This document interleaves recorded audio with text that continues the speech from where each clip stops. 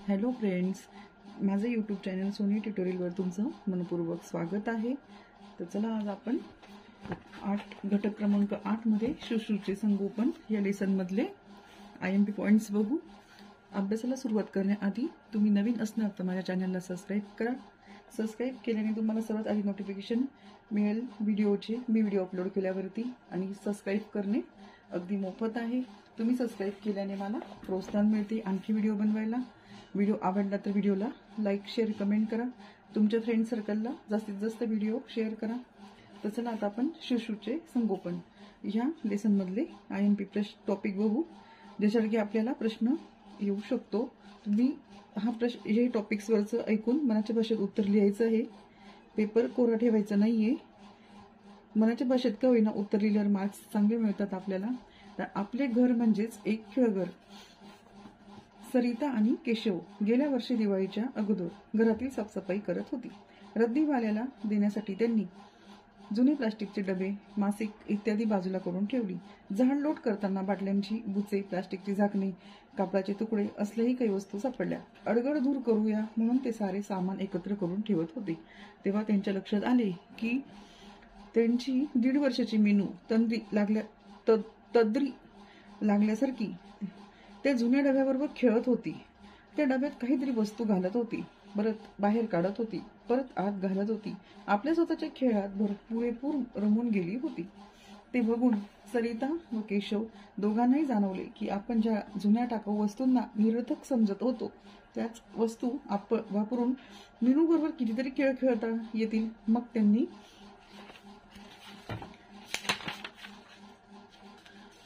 त्यांनी घरवर परत नजर फिरवली, पण आता एका वेगळ्याच दृष्टीने। ते सारे काही पाहत होते। 15 ते 20 मिनिटातच त्यांनी एक लांबलचक यादी बनवली। त्यातील प्रत्येक वस्तूचा उपयोग काय याची त्यांनी मनोमन नोंद केली। जुने आणि नवीन म्हणजे नेहमीच्या वापरात असलेल्या वस्तूंचा त्यात समावेश होता। खेळघर कसे? तुमच्या घरात अशा कोणत्या खेळासाठी वापरण्यासारख्या वस्तू आहेत त्याची यादी तयार करा व प्रत्येक वस्तूचा मुलाबरोबर उपयुक्तपणे खेळण्यासाठी जास्तीत जास्त वापर कसा करता येईल ते पहा। उदाहरणार्थ प्लास्टिकची बरणी, मोठे तोंड असलेली त्याचा वापर, जमिनीवरून गडगडत न्यायला। 2 छोट्या वस्तू त्यात घालण्यासाठी व त्यातून काढण्यासाठी। 3 छोटी खेळणी त्यात ठेवण्यासाठी। 4 मुलाला त्याबद्दल गोष्ट तयार करून सांगणे। 5 मुलाने दिलेल्या सूचनेप्रमाणे वागणे, उदाहरणार्थ सांगितल्यावर उचलणे, धरणे, तुम्हाला देणे। 6 लहान बरणी, मोठी बरणी अशा कल्पनाबद्दल बोलण्यासाठी। याचप्रमाणे आपणास इतर वस्तूचा विचार करता येईल। त्यासाठी तुमच्या यादीत पुढील वस्तूचा समावेश आहे का? नसल्यास त्याबद्दलही विचार करा। घरातील साधने। 1 रिकामी सुताची रिळे, रचने, गडगडत नेणे। 2 जुनी मासिके, शुभेच्छा कार्डे कापणे, चिकटविणे। 3 जुनी पत्रे, वर्तमानपत्रे गड्या घालून वेगवेगळ्या वस्तू बनविणे, रंगविणे। 4 मोठे रिकामे डबे, छोट्या वस्तू आत ठेवणे व बंद करून कुडकुड्यासारखा आवाज करणे, तबला म्हणून वापरणे, बसण्यासाठी स्टूल म्हणून उपयोग करणे। चमचा, वाट्या आवाज करणे। ही यादी बनवताच केशव आणि सरिताचा आपल्या घराकडे बघण्याचा दृष्टिकोन बदलला। घरातले फर्निचर वगैरेची मांडणी व इतर अनेक वस्तूंचा उपयोग करून आपण आणखी कोणत्या कृती करू शकतो त्याचा त्यांनी आढावा घेतला। त्यांना सुचलेले काही उपक्रम असे होते: 1 जिन्हा चढणे उतरणे।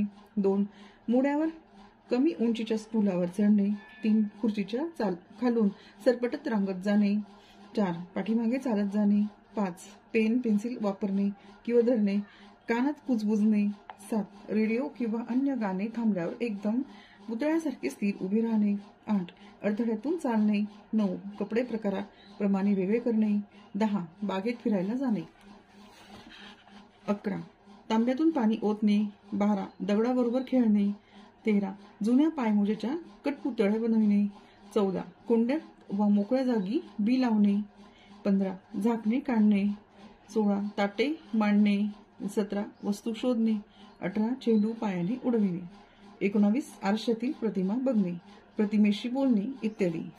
इथं या प्रश्नाचं उत्तर संपत आहे की आपले घर म्हणजे एक खेळघर आहे। याविषयी जर कधी पेपरमध्ये आलं तर तुम्ही हे लक्षात ठेवून याच्यावरती तुम्ही उत्तर लिहू शकता। आता जर कधी असा टॉपिक्स आला पेपरमध्ये की हिची आपली सगळ्यांनाच नकारात्मक वर्तणूक, तर त्याच्यावरती अशा पद्धतीने तुम्ही लिहू शकता. तुम्हाला वाचून दाखवते की तुम्ही ज्या मुलांचे निरीक्षण केलेत, ज्या मुलाबद्दल अन्य पालकांशी चर्चा केलीत, त्यांच्या संबंधी कोणते विशेष गुण तुमच्या ध्यानात आले. कदाचित आपल्या लक्षात आले असेल की बऱ्याच प्रसंगी ही मुले नकारात्मक वर्तणूक दाखवतात. आपण त्यांना भरवायला लागतो तर तू नको, कपडे घालायला मदत करायला गेलो तर तू नको, मी झाडावर चढण्याचा त्याच्या प्रयत्नाला आपण हातभार लावायला गेलो तरी तेच तू नको, मी बरं त्याच्यावर सोपवलं तर भात सांडतात, कुठलीही गोष्ट करायला खूप वेळ लावतात आणि इथे पड तिथे पड करत स्वतःला अनेकदा जखमी करून घेतात. आपली मदत घ्यायला मुले तयार नसतात, म्हणून आपल्याला खंत वाटते, कधी कधी आपल्याला रागही येतो.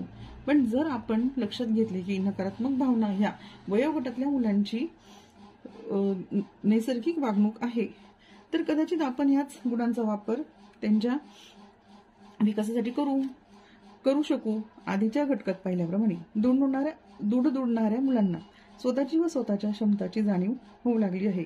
इथे तिथे धावण्याचे सामर्थ्य त्यांना आता लाभले आहे. ती थोडेफार बोलू शकतात इत्यादी. पण ह्याच वाढत्या कौशल्यामुळे त्यांची पालकांची झुंज सुरू होते. त्यांना स्वतःचे स्वातंत्र्य किंवा स्वावलंबन तपासून पाहायचे असते आणि कधी कधी पालक म्हणून या स्वावलंबातून उद्भवणाऱ्या अडचणी स्वीकारायची आपली पुरेपूर तयारी नसते. त्यातून काही वेळा समस्या उभ्या होतात. रमाने स्वावलंबी बनावे असे तिच्या आई वडिलांना वाटत होते, पण जेवायच्या वेळेला तिच्यासमोर ताट ठेवले आणि तिला स्वतःच्या हाताने खायला दिले तर एक म्हणजे वेळ खूप लागायचा, जेवण अर्धे सांडायचे, कधी कधी तर ती चक्क ताट उलटच करायची आणि काही पदार्थांना ती हातच लावत नसे. मग तिला आईने किंवा बाबाने भरवणे हा सोपा मार्ग, पण असे न करता त्यांनी तिच्या पुढे छोटी ताटली ठेवली व त्यात थोड्या प्रमाणात, उदाहरणार्थ एक वेळेला चपातीचे एक दोनच तुकडे जेवण ठेवणे असा प्रकार सुरू केला. त्यातल्या त्यात उचलायला सोपे असलेले पदार्थ तिच्या ताटलीत ठेवायला लागले. अधूनमधून तिला घास भरवत होते, पण तिला देखील स्वतःच्या हाताने जेवायला प्रेरित करत होते आणि 2-3 आठवड्यातच ती आपल्या हाताने बरेच काही खाऊ लागली. काकडी, गवारीची भाजी इत्यादी. इथे आपल्या टॉपिकचं उत्तर संपत आहे. पुढचे प्रश्न पुढच्या व्हिडिओमध्ये.